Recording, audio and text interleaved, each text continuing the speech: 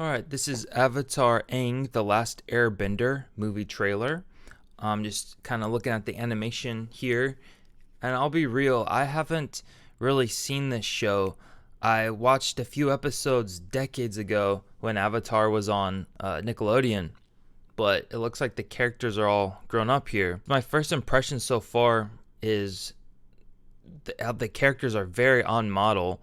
The attention to detail is apparent in every frame. If we go back to this beginning frame, very atmospheric. We got a lot of nice layers of fog here and the sun shining through, and the little dog character flying towards the screen that helps give it a little more depth to have an element coming towards us. On this shot we can see the smeared backgrounds. They're just washes of color going by really fast. And then I love it when 2D animation does this thing where the smears start to transform, the brush strokes start to disappear and gradually turn into the solid forms of the background.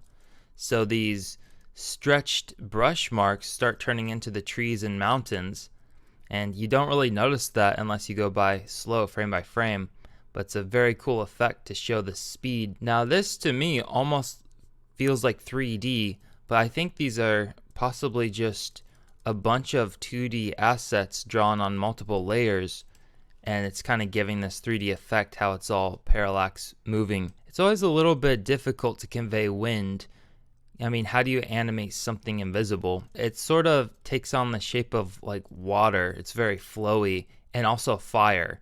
It's like these S curves and sort of fiery, smoky water, super realistic proportions. These are not cartoony characters. Like there's some anime influence in the eyes, but there's a lot of Western art style in here too. Again, some more solid drawing. Characters appear very on model. The staging in all of these shots is very clear. The big thing I'm taking away from this is clarity. Even though there's a lot of detail, especially in some of these backgrounds, it's never confusing where you're supposed to look. And I have been noticing quite a lot of more centered shots. You know, you always hear about the rule of thirds. You're supposed to break things up. Well, it's not really a rule, but just a suggestion. But like right here, this character's in the middle, and then we go here, and this guy's in the middle, back in the middle. Just a lot of stuff is happening in the center of the screen. And that might have just been for the sake of editing this trailer. Like, I hope the movie has more dynamic composition, and I'm sure it will. But if you're editing shots together really fast, it can help to keep the focal point in one area of the screen. So it makes sense for a trailer. Now we're getting some more straight up battle animation. Ooh, look at this fire. Really textural kind of brush strokes in the background. I love stuff like that. You can just feel the chunkiness of these explosions. Now the water's got these nice little highlights and goopy cell shading stuff. Whenever I see this kind of water stuff, I always think of Ponyo, but this is more realistic. Here we have a really fast animation. It appears to be animated on ones and some twos, but like this is one frame of this character, but it's still moving. The camera is moving, so the camera's on ones, and a lot of the characters are on ones though. So it's sort of a mixed frame rate of the characters being on ones and twos. So whenever the character is going to move really fast, it'll be on ones. And then when they're kind of slowing down before they accelerate, it goes on to twos and then back onto ones. And then this water zooms past, overtaking most of the screen. And we have the highlights being stretched further and further. The highlights being stretched even more dramatically. And that gives it an even bigger intense feeling of speed as it zooms past us. And this guy does this cool little spinny thing with his little spinny rod. So look at this. Character is on twos, going back and forth, 2 frames for the character, but his little rod is animated on ones. Even though the character is on twos, the rod is on ones as he's going around here.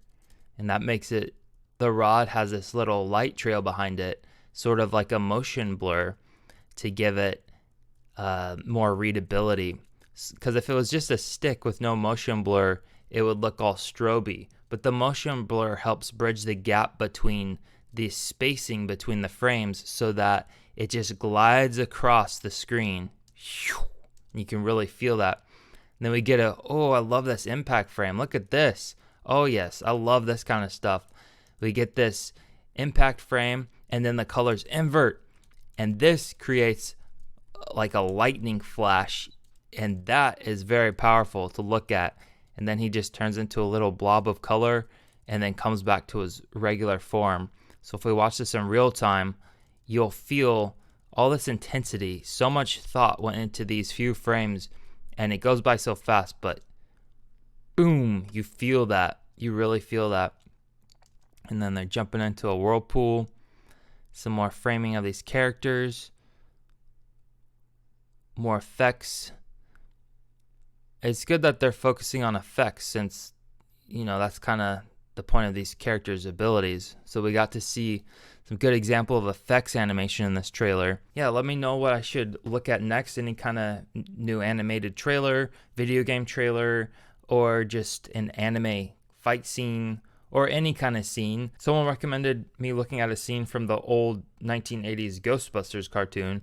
So really, any era, it's all cool. Love animation. Feel free to like and subscribe if you feel so inclined, and I'll see you in the next video. If you make YouTube videos or live streams, check out animeloop.com, where you can download royalty-free animated clips and transition overlays for video editing. There's also animation courses.